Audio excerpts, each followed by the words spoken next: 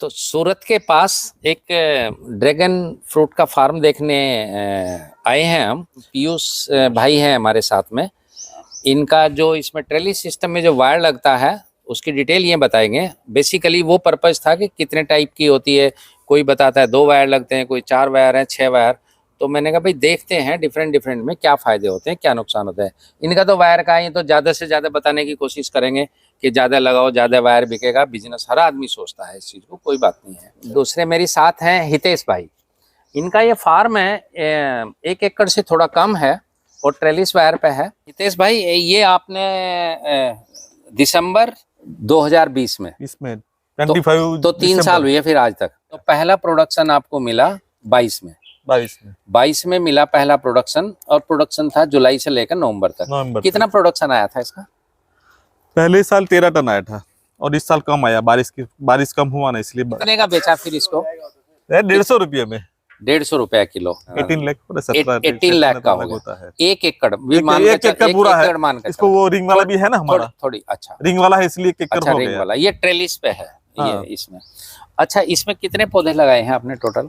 अभी 2800 है। डिस्टेंस है ये इसके पोल के बीच की, ये कितनी है? 10 बाय 10 है इसमें दोनों, सभी तरह पोल। और 10 to 10। जो ये मैंने देख रहा हूँ कि ये जिग जैग में है आपके 2 फीट पे लगे हुए 2 फीट पे है। 1 2 3 4 5 दूनी 10 पेड़ है दोनों के बीच में, है ना? इस हिसाब से आपने लगाए हैं। अच्छा, अब मेरे को ये बताओ आप जो है ना, ये कौन सी वैरायटी है? थाईलैंड रेड है, श्रीलंकन रेड आता है, वियतनाम रेड आता है, अच्छा, इंडोनेशियन रेड आता है, अच्छा, और चौथा शायद थाईलैंड रेड आता है। स्वीटनेस में आपने ये थाईलैंड रेड ही क्यों चुना है? और स्वीटनेस इसकी ज्यादा है, थाईलैंड रेड की स्वीटनेस ज्यादा है। अच्छा। हमने श्रीलंकन रेड भी लगाया था और वियतनाम भी हमारे पास थोड़ा पौधा था, लेकिन बाद में हमने निकाल दिया। इसकी वेज लाइफ है ना, जो फ्रूट अपने हार्वेस्टिंग करने के बाद, अच्छा, जो लाइफ इसकी है तो 3 दिन के ही है। अच्छा। इसकी 8 डे 10 डेज 15 दिन तक भी चलता है। 15 दिन के लिए चलता है। अच्छा, मान लो मैं किसी को ऑर्डर दूंगा, मुझे थाईलैंड रेड चाहिए, वो मुझे वियतनाम रेड दे देगा, मैं कैसे नहीं पता चलेगा उसको? वो तो हमको ही पता, हमको ही पता चलता है ये वियतनाम है। ये कैसे पता चलेगा? मैं अगर आपको उसकी पौध, मुझे ये पौध पे नहीं चला, फ्रूट पे ही पता चलता है, पौधा पे पता नहीं चलता है। अच्छा, ये ऑल ओवर इंडिया में बता रहे हैं आपके, इससे अच्छा मतलब फ्रूट नहीं है स्वीटनेस में? और इसमें इंडिया में जिसने भी लगाया अभी थाईलैंड रेड, इसकी स्वीटनेस अच्छी है। श्रीलंकन रेड हम इतनी ट्रीटमेंट देते हैं ना, तो 1 किलो का एक भी बना सकते हैं। अच्छा, इसका मिनिमम फ्रूट कितना आया आपका और मैक्सिमम? 1 किलो में 3 या 4। 1 किलो में 3 या 4। 3 भी आता है या 4 भी आता है। 3 का मतलब ये भैया 300 350 ग्राम का। चौथा हमको छोटा रखना पड़ता है क्योंकि 100 ग्राम का हमको कमी पड़ता है। अच्छा, इसीलिए वजन होता है हमारा 1100 या 1150। 1 किलो में इतना ही जाता है हमारा। हमने पंजाब में लगाया हुआ है इसको। हाँ। तो वहाँ पे हमें 800 ग्राम तक का फ्रूट मिला। वो आएगा ना, श्रीलंकन हमारे यहाँ 1 किलो का। अच्छा, श्रीलंकन, लेकिन वो थोड़ा फट जाता है। और बाद में 3 दिन के बाद ऊपर जो रेड कलर की जो स्किन आती है ना, हाँ, वो ढीली पड़ जाती है।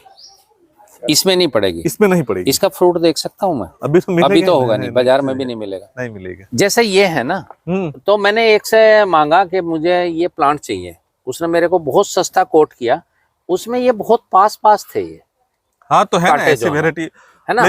तो मैंने कहा मैं कैसे पहचानूंगा कि मेरे को थाईलैंड रेड दे रहे हैं या क्या दे रहे हैं? वैसे ये नाम साइंटिफिक नाम है इसका या वैरायटी है? साइंटिफिक नाम ही है। अच्छा। और जो कंट्री से आया उसने ये नाम दिया। थाईलैंड से आया? हाँ, वियतनाम से नहीं आया ये। अच्छा, तो फेमस तो ये वियतनाम का ज्यादा है आजकल जो फ्रूट साइज कम आए, फ्रूट साइज ज्यादा बड़ी आएगी। अच्छा, इसका कम है? इसका थोड़ा कम आएगा, लेकिन स्वीटनेस ज्यादा है। स्वीटनेस ज्यादा है। मार्केट में डिमांड कौन से की ज्यादा है? इसका एक बार आपको दोनों वेरायटी लगा 200 रुपये मैंने किलो रेट लगाया। हाँ। तो आप मेरे घर पे लेने के लिए आओगे तो 200 रुपये किलो कहूंगा तो आप 1 बॉक्स ले जाओगे। अच्छा, और 150 करूंगे तो आप 3 लोगे ना, क्या 2 लोगे? 2 तो लगे ना मुझे, गुजराती बिजनेसमैन की तरह। लोगों पहले हमको क्या करने का है, अवेयरनेस बढ़ाने का, लोगों को खाने करने का है। इसका मतलब जो आपने बताया कि जो फ्रूट कुछ दिन बाद, लगभग कितने दिन बाद कि उसकी स्किन ढीली पड़ जाएगी? 10 दिन के बाद। 10 दिन के बाद ढीली पड़ जाएगी स्किन। एक तो ये डिफरेंस बता। दूसरा, जो फ्रूट साइज बड़ा होगा और तीसरा स्वीट इतनी नहीं होगी, और चौथा वो फट जाएगा। तो ये 4 बताई है। और वो जो देखिए आप श्रीलंकन रेड की जो बात करता है ना, वो तो 3 दिन में ही ढीली पड़ जाएगी। किसान साथियों, इसकी पहचान कैसे करें और हम कैसे पता करें कि रेड वाला कौन सा है, कौन सा इनमें अच्छा है? तो हितेश भाई ने बताया, नंबर 1, इसका साइज बड़ा नहीं होगा, 350 ग्राम ज्यादा से ज्यादा मान के चलिए, 350 या 400, 350 या 400 मैक्सिमम। ये है पहली पहचान।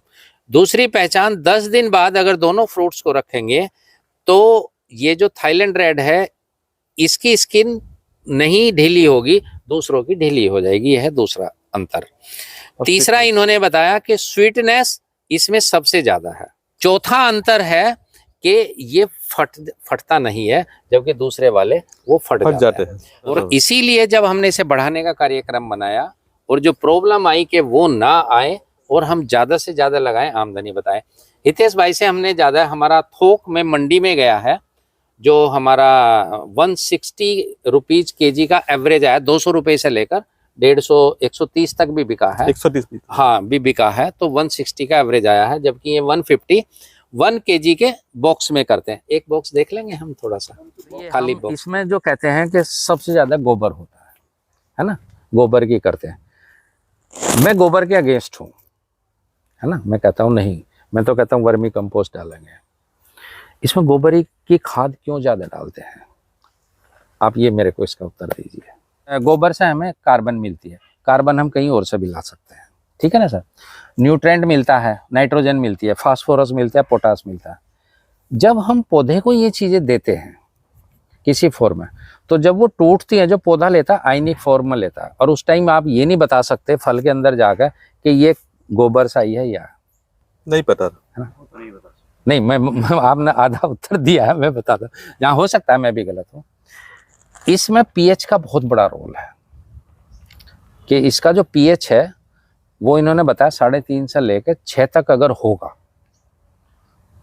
तो बहुत अच्छा होगा, उससे ऊपर होते इसको प्रॉब्लम आने चाहिए, कैक्टस नहीं तो फॉस्फोरस डालना पड़ता है ना। और पीएच कंट्रोल करने के लिए ये जो ऊपर डालते हैं ना, जितना कार्बन ज्यादा से होता है, कार्बन सस्ता करने के लिए गोबर से अच्छा साधन नहीं है, जो मैंने समझा, इसीलिए इसे भर कर डालते हैं, भर के डालते हैं, है ना सर। गोबर से सस्ता नहीं पड़ेगा, आप वर्मी कंपोस्ट लोगे वो भी एक ही बात है, क्योंकि लेकिन गोबर का खाद अगर सही पका हुआ नहीं होगा तो आपकी फंगस आएगी पैथोजेंस के कारण। और वही चीज मुझे लगा इसमें जो है ना, फंगस का एक कारण नीचे रूट्स में वो कारण होगा। हमने ये अभी लाया, क्योंकि सब कहते हैं हम ट्राइकोडर्मा डालते हैं, हम ये बायोफर, अरे भाई ट्राइकोडर्मा का यूज क्या है, कोई जरूरी नहीं पैथोजेंस उससे हो जाए। तो ये मेरी अपनी थी कि मैं सबसे ये, मैं शर्मा जी से भी फंगस का प्रॉब्लम आएगा ना, आएगा। तो अगर वेल रूटन नहीं होगा, तो किसान साथियों जो गोबर का है, मैं जनरली कहता हूं कि गोबर का खाद अच्छे आदमी को डालना चाहिए, इसे पता हो कि गोबर को क्यों डालते हैं और कैसे डालना है। गोबर को अच्छी तरह सड़ा हुआ होना चाहिए ताकि उसमें पका नहीं हो। अगर वो बिल्कुल कच्चा हो तो कहीं भी रहा ना, तो व्हाइट ग्रब आएगी, उसमें पैथोजेंस आएंगे, वो खाएंगे आपकी जड़ों को। इसलिए पका हुआ गोबर होना चाहिए और इसके पीएच को कंट्रोल करना है, क्योंकि गोबर का फिक्स होता है तो आपका नहीं बढ़ेगा। अगर मिट्टी हो सकता है आपकी मिट्टी का, यहाँ से अगर आप लेंगे, इस मिट्टी का पीएच हो सकता है 8 हो, लेकिन इसका पीएच जो है ना कम होगा, गोबर का 6 के आसपास ही होता है।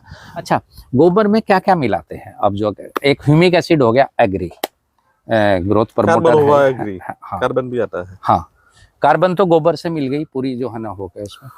और क्या मिलाते हैं इसमें, गोबर में क्या क्या मिलाते हैं? जब हम इसे मतलब हम लगाएंगे इसको, जैसे मैं तैयारी कर रहा हूँ बेड की, तो गोबर कितना चाहिए मुझे? ये मान लीजिए ये 10 ये है मेरे 10 फीट है, मैं 2 ही पोल लगा रहा हूँ, और मेरे कितने प्लांट हैं सर? 10 प्लांट है मेरे। 50 किलो बहुत हो गया इसमें, 50 किलो बहुत हो गया। उस 50 किलो गोबर का खाद हम मान के चलते हैं, उसमें और क्या क्या मिलाएंगे? लेकिन हमने जो पहले बनाया था वो सॉइल में मिक्स कर दिया था, रोटावेटर मार के। सर इसी सारे को तो मैं पूछ रहा हूँ कि पहली बार में रोटावेटर मार के मिक्स कर दिया सर, कितना रेशियो कुछ याद है? नहीं, इसमें तो अभी समझो कि पूरा 1 एकड़ में हमने 10 टेम्पर डाला था। एक डंपर में कितने क्विंटल आता है? क्विंटल 1 टन आता है। 1 टन, तो 10 टन आपने 10 टन इसमें गोबर मिलाया 1 एकड़ के करीब। और उसमें कितना बाद में राइस हस्क भी डाला था? कितना राइस हस्क डाला था? 6 टन। 6 टन राइस हर्ष डाला तो 10 टन वो हो गया, 6 टन वो हो गया। और बाकी सिंगल सुपर फॉस्फेट डालना पड़ता है, एसएसपी। कितना? 10 बैग, 8 से 10 एक बैग एकड़ में? 1 एकड़ में ऐसा ही डाल देने का पूरा में, बाद में इसमें बेड बनाने मिक्स करके। मतलब ये सारी चीजें मिलकर 3 चीजें हो गई, और कोई चीज नहीं? बस कोई ट्राइकोडर्मा ये वो तो बाद में ड्रिप में जाता है सब, बाकी का ड्रिप एप्लीकेशन है। ट्राइकोडर्मा, ह्यूमिक, अच्छा, सुडोनोमस, अच्छा, वो तो माइकोराइजा, वो तो ड्रिप की एप्लीकेशन है। अच्छा, वो ड्रिप से देते हैं? ड्रिप से देते हैं। लिक्विड वाला देते हैं या पाउडर वाला देते हैं? नहीं, लिक्विड वाला। लिक्विड वाला देते हैं ड्रिप से। अच्छा, चलो, तो आपने वो सारा खेत में मिला दिया, फिर ये बेड बना दिया। बेड बना के फिर थोड़ा गोबर अलग से डालते हैं? नहीं, हमने नहीं डाला बस इसमें फिर पौधा लगा दिया आपने इसको लेकर। बाद में दूसरी साल गोबर ऊपर बेड पे लगाया था। वो कितना? इसमें 50 किलो बताया आपने? तो फर्स्ट टाइम मैंने बताया, बाकी हर साल अभी ये गोबर आ गया। नहीं, इसके बाद जब हमने लगा दिया उसके 1 साल बाद दूसरी डोज देनी है? 2 साल, तीसरे साल हमने पूरा ये बेड है ना, पूरा गोबर से ढक दिया था। अच्छा, तो वो कितना? इसमें 50 किलो था मतलब? हाँ, 50 से ज्यादा होगा। इसमें लगाने के बाद में मतलब कितने दिन बाद ये यहाँ तक पहुंच गया पौधा? दिसंबर में हमने लगाया, 25 दिसंबर को, तो यहाँ तक कितने दिन में पहुंच गया? दिसंबर, जनवरी, फरवरी, मार्च, अप्रैल में पहुंचा था। जनवरी, फरवरी, 5 महीना हुआ, मार्च, अप्रैल, 5 महीने में वो यहाँ हो गया। तब तक इसमें ये बीच में से 2-2 भी निकली होंगी, जैसे निकाल दिया, ज्यादा निकले उसको, जैसे ये निकल रहा है हितेश भाई, ये वाला, ये जो छोटा है निकालना पड़ता है ना, जैसे हम इन्हें गोवा में और नींबू में सकर्स बोलते हैं। वो सकर्स। तो जैसे ये भैया, अगर मैं इसको ऐसे तोड़ दूं तो चलेगा या काटूं? नहीं चलेगा। ऐसे तोड़ दूं ये, है ना, तो ये चलेगा। इससे कोई वो नहीं होगा? नहीं, वो नहीं लगाते फंगिसाइड वगैरह? कैंची से घिस के निकालना पड़ता है, नहीं तो वापस इधर से फूटेगी। नहीं तो ये फूटेगी। इसका मतलब कैंची से इसकी जड़ से निकालना पड़ता है। यहाँ पे ये है मेरे ख्याल में ना, ये जो किया हुआ आपने। अच्छा, इस वाले पे फ्रूट भी आता है क्या नीचे? आता है ना, आता है।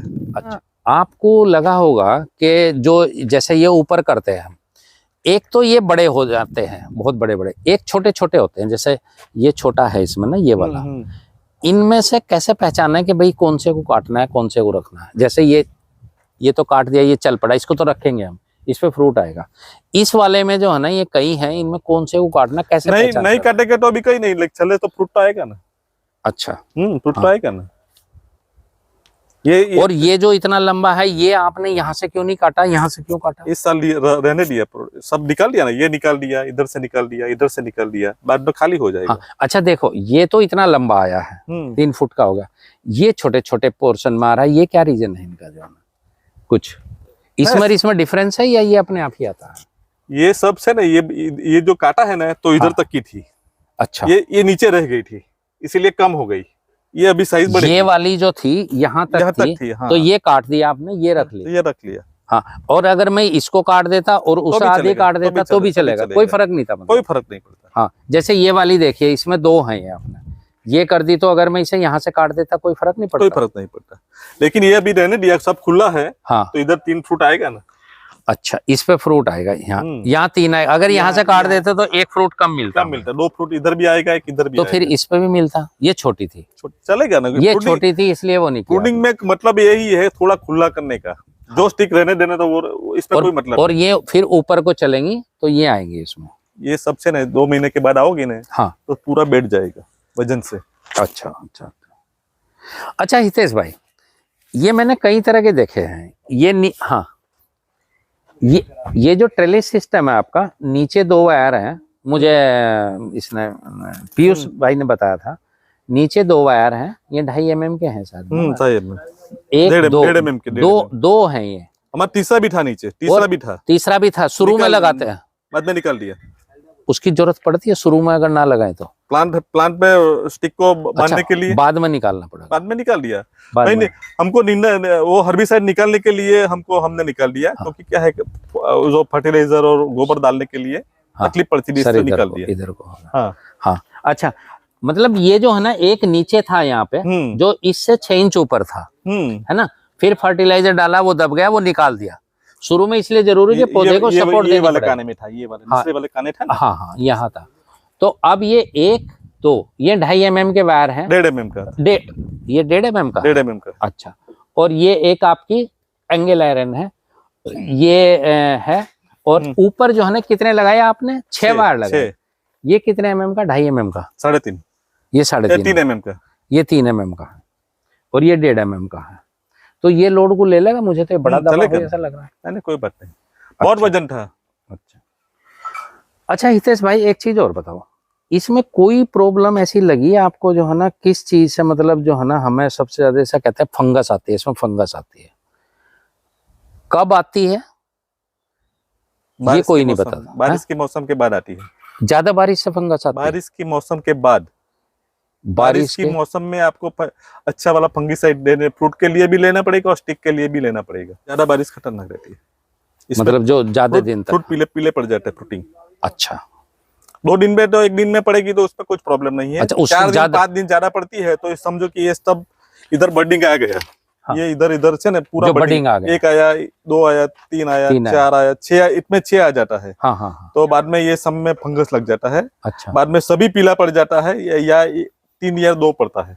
तो हमें जब भी ज्यादा बारिश हो या ह्यूमिडिटी का ऐसा मौसम हो तो हमें फंगीसाइड का स्प्रे प्रिकॉशनरी कर देना चाहिए, है ना सर? कौन सा फंगीसाइड यूज करते हैं इसमें? बड़ा अलग अलग कंपनी का अलग अलग है। नहीं, कुछ तो जैसे मैंने सुना, समझो कि सिंजेंटा का एमिस्टार यूज करते हैं। एमिस्टार हो गया, ठीक है। टेबुकोनाजोल है, टेबुकोनाजोल हो गया। सिंजेंटा का स्कोर है, स्कोर भी हो गया फंगीसाइड। हाँ चलिए, M45 कंटिन्यू रखेगा तो अच्छा रहेगा। M45 बहुत अच्छा फंगीसाइड है। कंटिन्यू रखने का। हाँ। रेडोमिल कंटिन्यू कर सकते हैं। अच्छा, रेडोमिल में M45 अरे मैंगोजेब का परसेंटेज ज्यादा है। हाँ, बस इतना ही फंगीसाइड है। ज्यादा से ज्यादा कोई नई भी हो तो M45 कंटिन्यू करने का। अच्छा, कितने, मतलब जब भी आपको लगे करते रहो उसको जो है। अभी हमने स्कोर लगाया। हाँ। तो ये जो रेड स्पॉट आता है ना, हाँ, आपने नहीं देखा, सब निकाल दिया।